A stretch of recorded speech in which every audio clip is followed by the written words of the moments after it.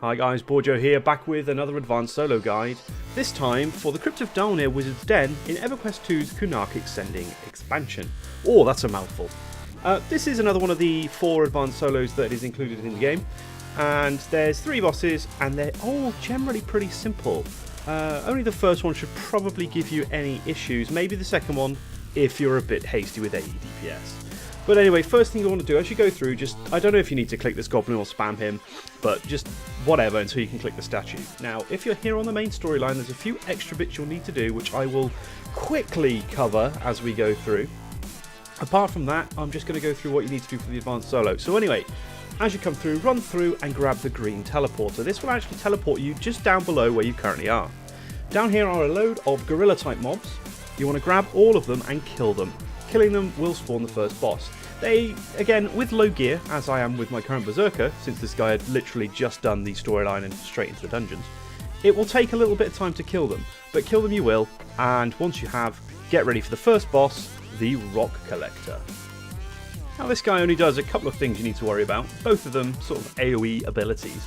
In the footage in the background you'll be able to see these go off. So the first one is a big yellow AE that you need to joust out of. Obviously if you're geared you probably don't need to joust out. All it does is it throws you miles in the air, and then I think you take some falling damage. So it's not actually that drastic that you need to get out, but here it is here on the screen. If you just joust out, wait for it to go off, then come back in. The other AoE is not sort of ground scripted, but you'll notice I'm stood directly under his feet. There's an emote that he's gonna make rocks fall from the sky.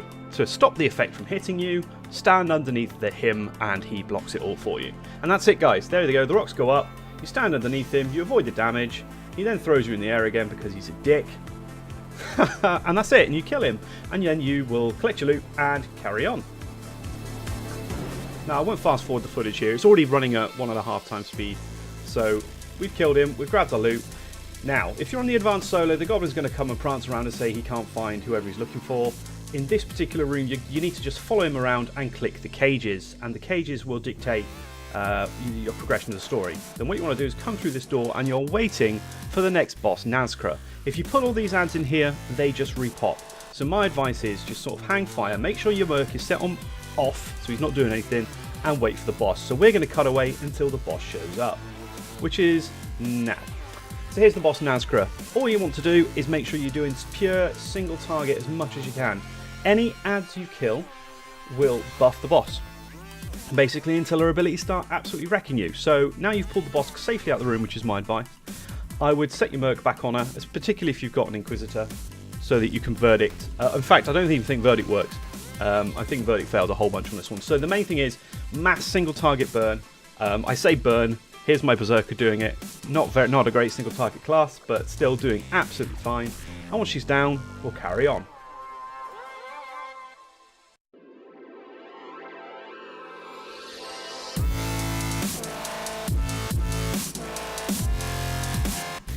Okay, so turn around and head back out the way you came.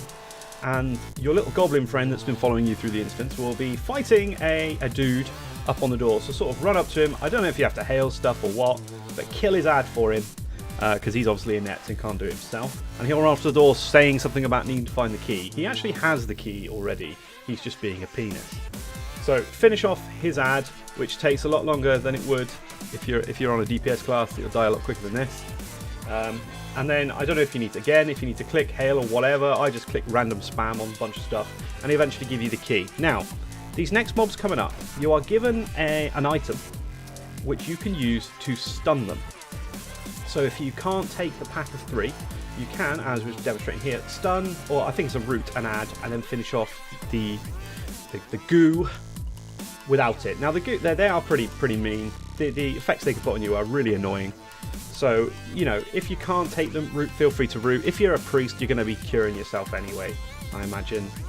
Bring potions anyway, bring cure pots. It'll just make things super easy. Make sure your merc's helping out as well, just in case you left it completely off from Nazcra fight. There's not actually that many of these packs you need to fight. If you're on the quest line, there is really not a lot to do from here on. You don't even need to kill the last boss. You're going to need to kill this pack and then go down into this next room, which is actually where the last boss is. Okay, so you get another one of these goo packs, and there is technically another goo pack you want to kill, which is down to either the left or right, your choice. I prefer to, as you come into the room, go right. That's personal opinion, it really makes no difference. But what you're looking for is you won't be able to see it in this video because obviously I've done the quest line, but there will be like a goo goblin type thing. I think I indicate where it will be. So I come down this line, there's another pack. So the goo goblin will be just in front of those vats that you can see sort of in the distance there. They're sort of the big tubes. He'll be in front of one of those tubes. You pull him, you kill him. That is the quest line done for this zone. So you don't even need to do the last boss. But the last boss, honestly, I have no idea how to explain him. I really don't. Because I sat there and let him beat on me and let mechanics happen, and I still couldn't figure out what the mechanics are actually doing. So what's going to happen is, if we kill this guy, it will then spawn the boss. So we run up to him and it will spawn the boss, and he's called the Goblin King, and he will be in that top vat that I'm not even looking at now. It's just filled up and it's come down, and he'll be in there. So yeah, even with the smallest amount of any DPS that you have, he will die before I think any mechanics will even happen. I mean, here's what does happen if you wait, okay? You'll fight him, spirits will carry down goblins into the tubes and turn them into goo monsters. But then they just sit in the vats. There are levers you can pull in the middle bit to do something. And to be honest with you guys, I didn't want to sit there for 20 minutes trying to figure out exactly what each of the levers did and all that good stuff for you guys. Honestly, any class can beat this without requiring any mechanics whatsoever. So if you look, I'm like, shall I, yeah, just kill him. There's nothing to it on this one, guys. Honestly, the hardest boss is maybe the first one if you can't take a hit, or Nazca if you're AoE happy. And apart from that, guys, that's it. I hope this guide helps. It's probably not as required as one of the other ones. But as before, guys, if you like these videos, please make sure to comment, like and subscribe. I'm Borgio. I'll see you guys next time.